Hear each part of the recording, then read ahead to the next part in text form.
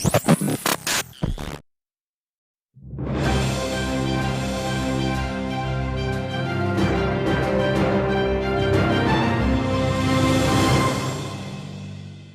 evening and welcome to the evening news for today, Wednesday, October the 18th, 2023. I am Jarrell Bryan. Thank you for tuning in.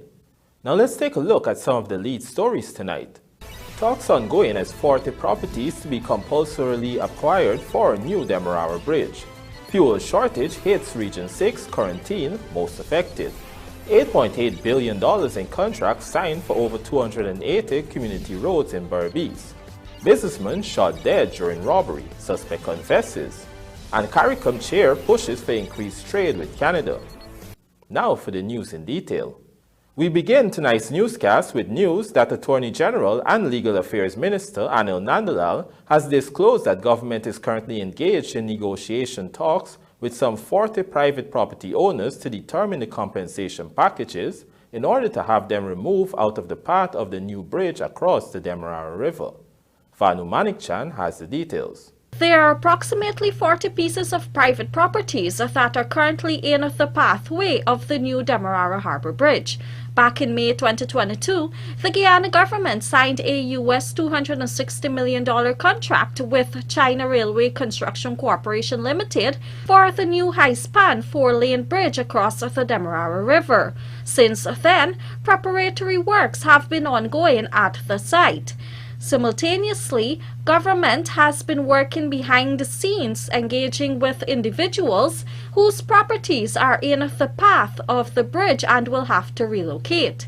Some 40 pieces of private properties have to be compulsorily acquired, and that process has commenced.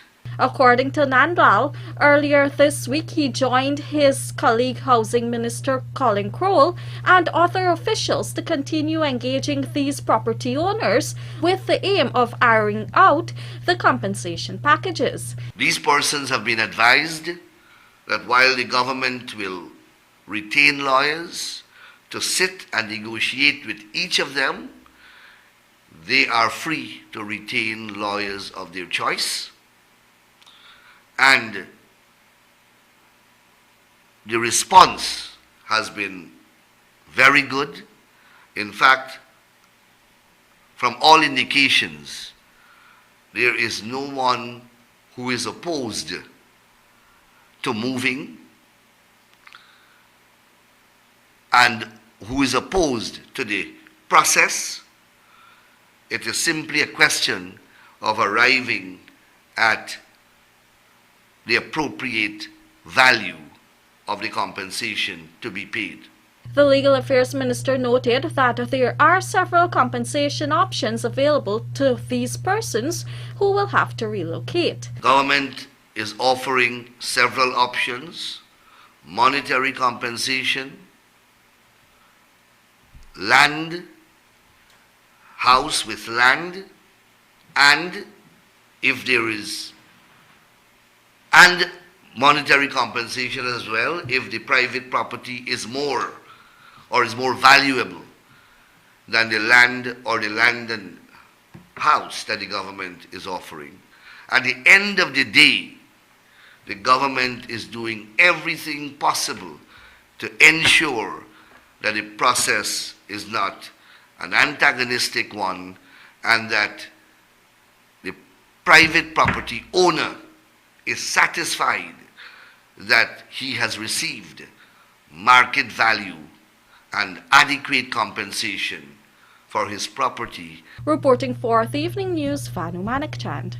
ExxonMobil, which is producing and exploring for oil offshore Guyana in waters Venezuela unjustly disputes ownership of, has made it clear that the Spanish-speaking country's intimidation tactics do not scare them. Find out more in this report. During a press conference on Tuesday, ExxonMobil Guyana President Alistair Routledge was asked about Venezuela's intimidation tactics against Guyana. When Guyana went out to auction its available oil blocks in its exclusive economic zone, Venezuela had protested against this. According to Routledge, he is no stranger to Venezuela's tactics, having worked in the country for some time now. He made it clear that ExxonMobil remains committed to staying in Guyana. Some of you know I did work in Venezuela many years ago, and so had direct exposure to working with the government there. You know, we have not been scared away by Venezuela. You know, that's why we're still working in Guyana. That's why we anticipate continuing to do so for decades to come. In fact, Routledge pointed out that the U.S. oil major has submitted a bid during the recently concluded oil blocks bid round. To your specific question on the licensing round and the bid, you know, we did submit a bid under that process. We raised a number of questions around the terms that were in there. So, you know, we're yet to hear response from the government on whether our bid is acceptable or not. And, you know, that process, as you've heard from the government, is still underway. Launched in December 2022, the auction of the 14 oil blocks offshore Guyana closed in September, with bids received for 8 of the blocks. The sizes of the 14 oil blocks on auction range from 1,000 to 3,000 square kilometers. Government is currently in the process of evaluating the bids. Jarrell Bryan, The Evening News. Pooja Rambaran joins us now to report that, for the past few days, the supply of gasoline and diesel has been limited in Region 6, East Berbice Quarantine, forcing vehicle operators in particular to line up for long periods at 2 gas stations just to acquire the commodity. Here is this story. Several gas stations in Region 6 have been without gasoline and diesel since last week. The shortage of petrol has resulted in long lines at the Palmyra gas station, which was only one of 2 service stations in the region with gasoline for sale. On Tuesday evening, some drivers reported waiting in line for more than an hour to fill up their tanks at the Palmyra gas station, which is owned by the state-owned Guy Oil. Hundreds of cars were queued up waiting to reach to the pump.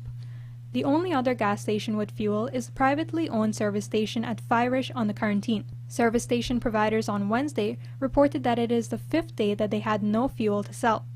Kerosene oil was, however, available at most service stations. This morning I wake up, I went to a couple of gas stations up the side. We didn't get, so our Firish get, so come to try to see if I can fill my tank. Did your tank go down empty? Yeah, not really empty, yes, it go down empty. So I was trying since yesterday, but I didn't get. This situation didn't cause you to have to stay off the road? No. Right now I've been under pressure with this gas because we can't run out of gas right now. We can't go out buying jar and me passing that because of the gas. So where the car ran out of gas? Rose out. Regional Chairman David Armagon told Evening News that the main supplier, Guy Oil, informed him that the company had encountered problems with its fuel boat to Berbice. He said gasoline was being trucked to Berbice from the capital city of Georgetown, and since the fuel company only has 2 trucks in the region, it was only a very limited amount which was being made available to the region on a daily basis. Armagon said he was informed that the boat carrying diesel had arrived in the region on Wednesday morning, and this should help alleviate the problem. Pooja Rambaran for the Evening News. The Ministry of Public Works this afternoon signed contracts totaling $8.8 billion for road works in Region 6, East Berbice Quarantine. Our Berbice correspondent Andrew Carmichael tells us more. Some $8.8 billion in contracts have been awarded to build 287 concrete roads in Region 6, East Berbice Quarantine.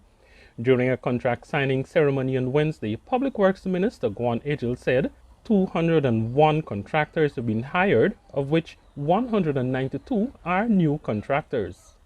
That has with it blessings, and it also carries with it challenges. The blessings of that is that more people are being exposed, more people are being engaged. No one is having a monopoly. Small contractors are given an opportunity to build capacity. The possibility of doing several things simultaneously exists. So rather than having 15 well-established contractors executing 60 projects, you can now have 100 201 contractors, a mix of some of the seasoned contractors, along with a lot of new contractors being engaged. So there is a blessing and there is a challenge. Minister Edgell addressed the issue of contractors subcontracting their projects, saying that those who would have signed contracts have an obligation to the government and to the residents who are the beneficiaries. Additionally, he said his ministry has been receiving complaints and warned that his ministry will not tolerate contractors digging up streets and leaving them in that state for months before returning to complete it. Let me make it very clear. If you dig up a road to start your work, you better keep working until it is completed. We are not going to tolerate this modus operandi anymore. You know why? And Dr. Singh, I've said it in my boardroom. Contractors who are supposed to be partners in development are making money while the government is losing political capital. Since October 2020, in excess of 900 roads, inclusive of the 287, have been rehabilitated and or upgraded in Region 6. Most of the contracts have a 4-month duration. However, Edgell asked the contractors to complete their projects in time for Christmas. For the Evening News, Andrew Carmichael. Coming up, Rose Hall Police Outpost to be converted into 24 hours daycare, and 150 exhibitors slated for upcoming Agri Investment Forum Expo.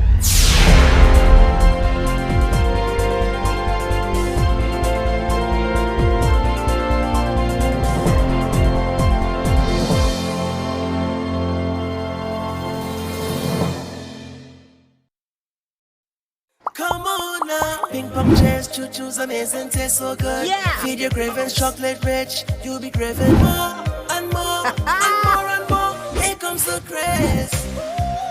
Ping pong chairs and choo-choos, feed your cravings, you know you want to.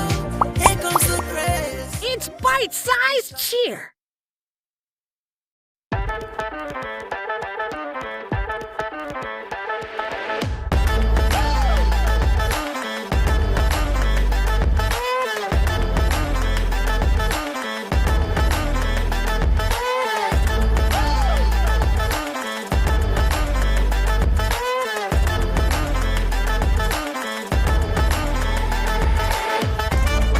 Transitions Light Intelligent Lenses. Pick your color. Choose your style. Available at Optique Vision. Superbet, your best bet. Do you wish to pass some time and win while doing so? Play our Superbet online games. Choose from over 200 online games that are easy to play. Visit www.superbet.gy to choose your game. Must be 18 years and older. Terms and conditions apply. Play responsibly.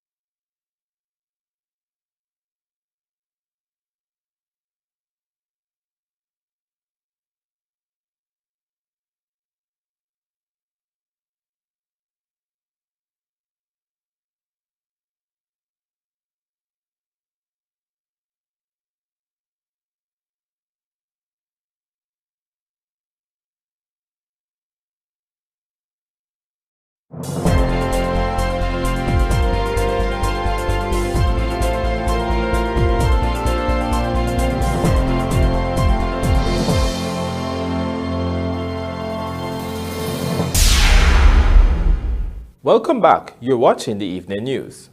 A Corentyne businessman was shot dead during the wee hours of today during a robbery at his business place, and the lone suspect, who was found by the police hiding in the property, has since confessed to the crime.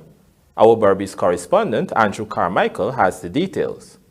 Dead is 59-year-old Akbar Sain of Williamsburg, Corentyne, Region 6, East Berbice, Corentyne. According to the police, following a report of an alleged breakage at a business place at Williamsburg at around 2 hours on Wednesday, a party of police went to the area where they observed a body lying in the yard. Regional Commander, Senior Superintendent Shivprasad Baka said that upon arrival at the scene, the detective observed that a grill door was damaged and a glass door was opened. The police immediately surrounded the building, ensuring that they also covered the back street. Baka said the officers made their way into the building and during a search observed a man hiding behind a washing machine. The man reportedly challenged the police and was shot in the right arm. He was subsequently arrested and a search carried out on him where several stacks of money were discovered in his possession. The suspect has since been identified as Satish Ram Singh. According to the police commander, the police searched the building and found a .32 firearm and a total of 50 live rounds of ammunition. Meanwhile, Baka said the suspect confessed to the crime, saying that he operated alone. According to him, he confronted the businessman and lashed him to his head and other part of his body with a piece of wood which he was carrying. He claimed that the businessman lashed him with a piece of iron. The man told the police that after gaining entry into the building, he went into the area where the money was kept and removed the cash. The incident occurred during a power outage in the area. Neighbors heard as the perpetrator was trying to gain entry into the building.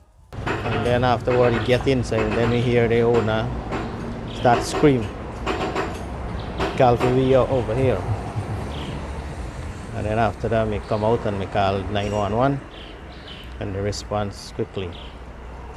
And they come in, flashlight, then see the person on the ground, the owner on the ground. After the body gone to the mattress, then we hear gunshot. Where the police see somebody inside the house. Police fire 3 gunshots. Last night in Blackwood, my neighbor called me across the road and told me that somebody broke the door, Akbar door, to go in. So me say call Akbar and said then call the phone in and answer, so me call the phone. And me call the phone keep ringing out. So me say nah, I need the phone to ring out. So then call again. So she gets some number, cell phone number, she mustn't call him and tell him some Akbar, be careful. So he said, no, you already come down. And after that, hear back nothing. So when he called me, call the outpost. And me tell the police somebody over the supermarket. And somebody broke into the supermarket. And then sorry just now. So for the time that I put on the phone, me hear he one holler. So I call back the station. When I call back the station say, they tell the patrol to come. So I said the man give one holler, I hear back nothing. Sain, who lived alone on the upper flat of the building where the supermarket is, had been operating the business for decades. For the Evening News, Andrew Carmichael. The Rose Hall Police Outpost is being converted into a daycare center, and the coordinating office of the Guyana Police Force on the Corentyne will now move from WIM to the new Rose Hall Police Station. Here is Andrew Carmichael again with this story. The town of Rose Hall no longer has a police outpost, but now a police station. The new station is situated a stone's throw away from the former Rose Hall Police Outpost. The former Rose Hall Police Outpost is being converted into a daycare center for children of police officers. This is according to President of St. Francis Community Developers, Alex Foster, who heads the Spotlight Initiative in Guyana. Spotlight Initiative seeks to eliminate all forms of violence against women and girls, with particular focus on domestic and family violence, along with sexual and gender-based violence and harmful practices such as trafficking in human beings and sexual and economic labor exploitation. The initiative is being funded by the European Union and implemented by the United Nations. Foster said by next week, the daycare is expected to be operational. How far we have gone? You don't have to wonder, I'm going to tell you. Last year we trained 16 persons. And 2 weeks ago, last week they went down to Georgetown again for the second time to do their medical. And 9 of the girls that we train in early childhood development will be full-time employed, and the 1 police officer that we trained will be full-time employed. 10 of them in number at the center to provide 24 hours of service. This will ensure that the absence of police should be greatly reduced because mothers who are working at the police station can now go to work, leaving their children in a safe environment that stimulates early childhood development. Foster also took the opportunity to thank the municipality of Rose Hall for making the land available for the new Rose Hall police station. It is through that initiative, he pointed out, that a 24-hour day care will become possible. I've been informed by the Guyana Police Force that the coordinating office for the Guyana Police Force on the Corentyne is at WIM, that the offices will be relocated from WIM, and now the central controlling point for the Guyana Police Force will be in the municipality of Rose Hall. For the evening news, Andrew Carmichael. Canada is seeking to strengthen relations with Caribbean countries through the establishment of a strategic partnership that would allow for institutionalized and regular dialogue at various levels. In his Vanu Manikchan report, you will hear Chairman of CARICOM, Prime Minister of Dominica, Roosevelt Skerritt, calling for increased trade between the North American nation and the region. The first CARICOM-Canada Summit is being held in Ottawa from October 17 to 19 under the theme Strategic Partners for a Resilient Future. During the opening ceremony on Wednesday morning, Chairman of the Caribbean Community, Dominica Prime Minister Roosevelt Skerritt, highlighted the important role Canada has been playing in the development of CARICOM member states, while he recognized that there have been highly effective initiatives with real and enduring impacts. The CARICOM chair underscored the need for Canada's continued support, especially in the area of trade, which he said remains a critical engine for the growth and development that will secure the region's financial and economic future. Bringing governments and business leaders together in a round table on trade and investment will allow us to outline our ambitions, share insights, and build alliances for sustainable and resilient economic growth. Canadian businesses have a long history of providing innovation and connectivity for the region in infrastructure, financial services, and technology. Enhanced CARICOM-Canada trade and investment will enable cross-cutting innovations and sectoral expansions, allowing for increased economic opportunities and job creation, improved access to goods and services, and an enhanced quality of life.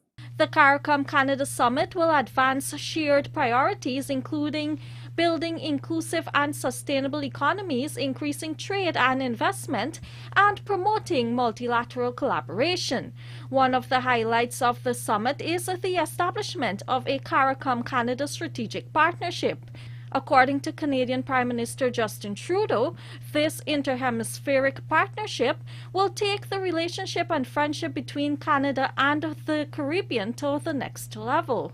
Deepening and strengthening our relationship will help us tackle urgent challenges together, creating good jobs, ending poverty, growing the middle class, making life more affordable, fighting climate change and protecting the environment, including protecting our oceans, which I know is vital for the Caribbean, small island, and coastal states, and building, of course, a secure, peaceful hemisphere and a secure, peaceful world. Meanwhile, CARICOM Secretary General Dr. Carla Barnett noted that the summit will provide a space to shape the Caribbean's financial and economic future through trade and investment strategy discussions. We will explore practical ways in which Canada can support the region in a manner that is uniquely beneficial to Canadian business interests and capital markets. Enhancing these commercial relationships and promoting multi-sectoral business and investment opportunities are critical to fostering economic growth, job creation, and prosperity for both sides. Reporting for the Evening News, Vanu Manikchan. Preparations are in full swing at the Artichunk Convention Center for the 2023 Agri Investment Forum and Expo. The three-day event seeks to demonstrate a commitment to modernizing the agriculture sector as the region tackles its rising food import bill. Pooja Rambaran tells us more. CARICOM heads agree that the Agri Investment Forum and Expo would be the appropriate mechanism to address the issue of the region's rising food import bill and also to stimulate investments in the agriculture and food production.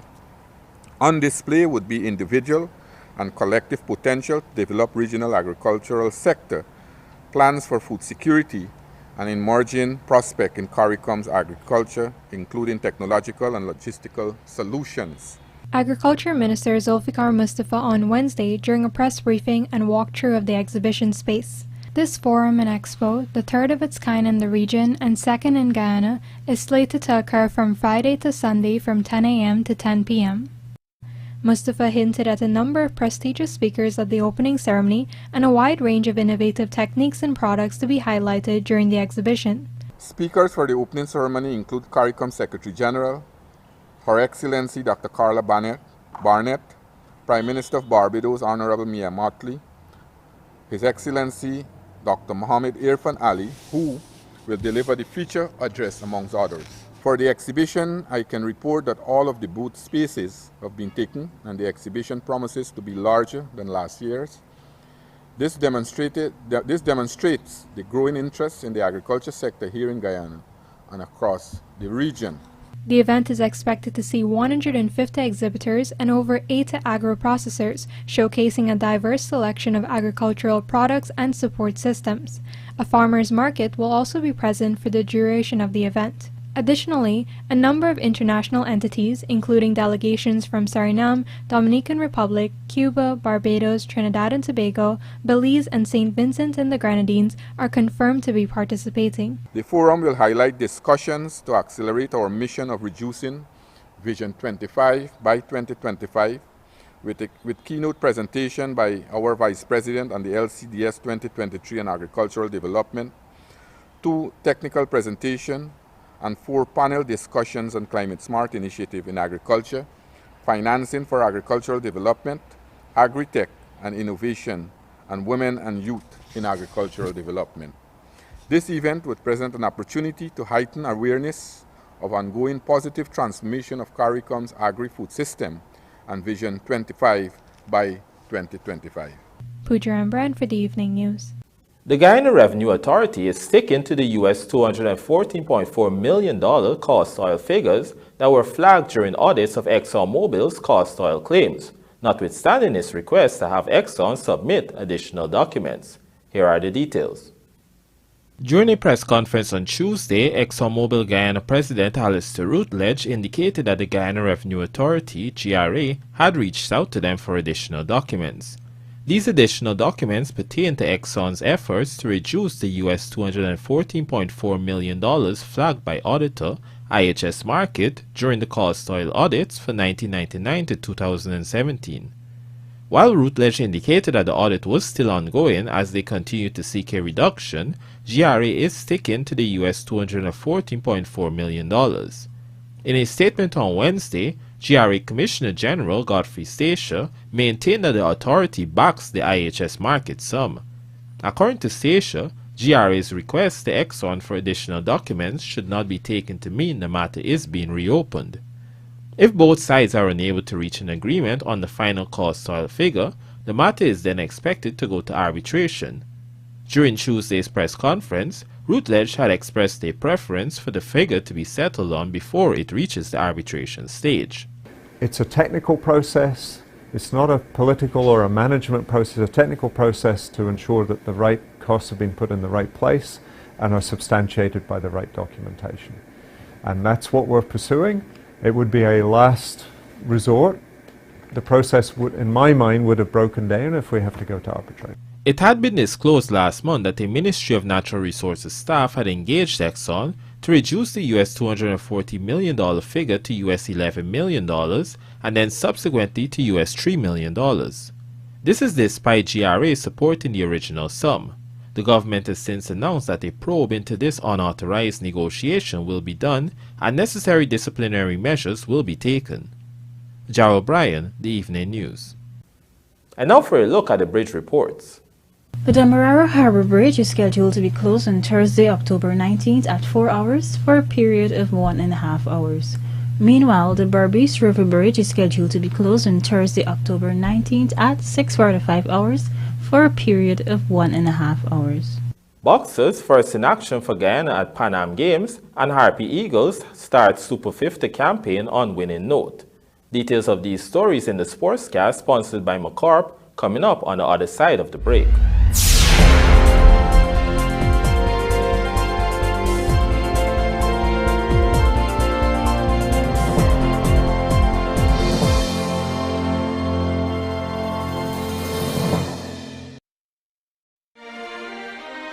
Are you looking for men's suits for that wedding, prom, or special party? Or maybe you need to update your wardrobe with a modern fit or a new color for work? Search no more, because John Lewis Styles is the perfect men's suit store. Come see us on Waterloo Street, and our friendly staff will help you choose the perfect size, color, and fit. Complement that suit with a stunning shirt and tie, matching bow tie and suspenders, cufflinks, or even a pair of shiny dress shoes. You will love the way you look. John Lewis Styles. Simply different. Looking to bring your dream home to reality? Or simply taking on a home improvement project? Then National Hardware Limited is where you should start. Let us put that touch to your home.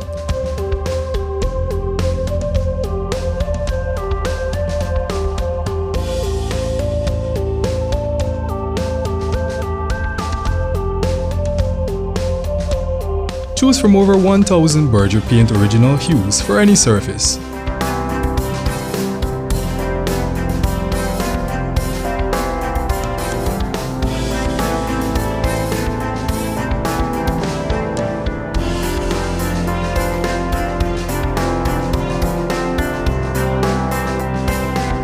We are known for our trusted brands such as Westinghouse, Philips, Sadco, Rubbermaid, Pyrex, Gibson Home, and so much more. National Hardware Limited, your do-it-best store. Located in downtown Georgetown and industrial site Rhymeville. Did you know that when you leave your property unoccupied and unmanaged, it deteriorates much faster than you can imagine? Then before you know it, much of your hard-earned investment is wasted. At Hand in Hand Trust Corporation, property management is our business. Whether you travel for long periods, live overseas, or have several properties that require managing, let us at Hand in Hand Trust Corporation take care of this for you. Your property is safe with us. Hand in Hand Trust Corporation Incorporated, a member of the Hand